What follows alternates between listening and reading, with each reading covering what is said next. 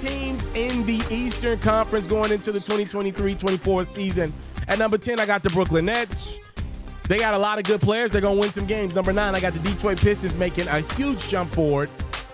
Kate Cunningham pretty much missed all of last year. He's back, and he's really good, man. Number 8, I got the Miami Heat. They pretty much designed their whole offseason around getting Damian Lillard, and they didn't get him. They lost a couple of pieces, and guys like Gabe Vincent and Max Strus, I expect them to regress a little bit. Let's not forget they struggled to make the playoffs last year. Number 7, I got the Chicago Bulls. If you listen to Nikola Vucevic comments in the offseason, it's do or die for this era in Chicago this year. At number 6, I got the New York Knicks. I thought that was one of the more fun teams to watch in the NBA throughout the season. Obviously, those Madison Square Garden games are always electric. They got a team on the court now that can win a lot of those close games. Remember for years, the Knicks used to always be in these close contests but lose them? Well, Jalen Brunson is your point guard now, and he's stable and mature for his age.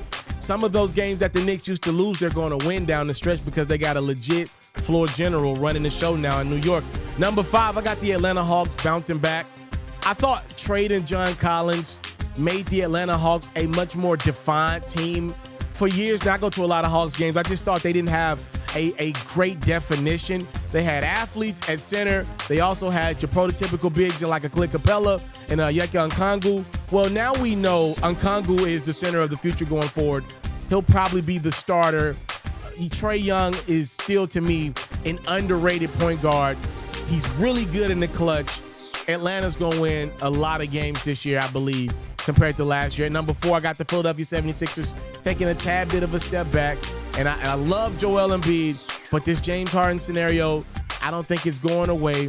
There are rumblings about things that James is dealing with his family. He's yet to show up. I got the Philadelphia 76ers taking a step back. We know he doesn't want to be there in Philly. I don't think this is going to bode well for that Sixers team and their morale. In some of those games they won last year, I think they'll now lose. Number 3, I thought one of the slept-on moves of the NBA offseason was the Cleveland Cavaliers bringing in Max Strus. They need a floor spacer, and simply trying to count on Isaac Okoro was not enough. He's not the floor spacer that they needed. I thought Max was a great pickup that's going to do a diligent job of creating some space for Donovan Mitchell and Darius Garland. I want to see DG on the ball more. I thought Garland did a better job of getting guys like Evan Mobley and Jared Allen involved year before last. Donovan Mitchell is great, but oftentimes it's a one-man band with Donovan Mitchell. This is not Utah. Cleveland had some motion before D. Mitch got there. There are rumblings that Mitchell will one day leave Cleveland. So I think everybody will be all locked in on getting back to playing a team concept versus the Donovan Mitchell 70-point show.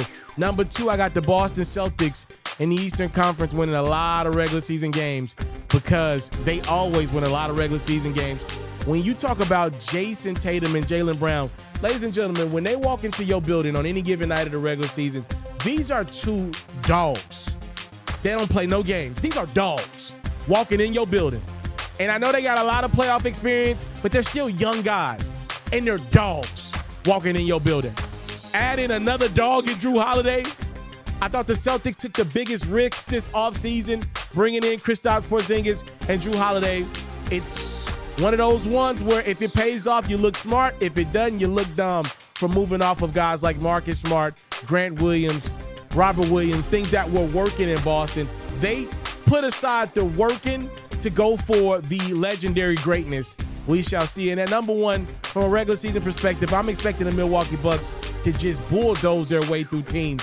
Giannis pretty much has become LeBron in Cleveland the first time around, and LeBron never played with a guy like Chris Middleton, let alone a guy like Damian Lillard. Offensively, the Bucks got it. Assuming Middleton can be the Chris of old and we're past his knee issues, they're going to average about 115 points a game. The only question is now, do they have enough defense? Do they have enough athletes? We'll see what first-year head coach Adrian Griffin can do with this team from a defensive perspective. I think a guy like Jay Crowder is somebody I expect to benefit much more under Adrian's tutelage than he did with Budenholzer. We shall see, but from a regular season perspective, I definitely think the Bucks are going to steam past a lot of 20-point plus victories for Milwaukee. That's why I think from a regular season perspective, they're going to be the cream of the crop in the Eastern Conference. I want to salute you, homie, for building your own thing and doing your own thing. Why build theirs? when I believe I can build my own. You've already done it, or I wouldn't be here. I'm already the only elite sports and music journalist in the game today. My goal is simple, to be the best there's ever been.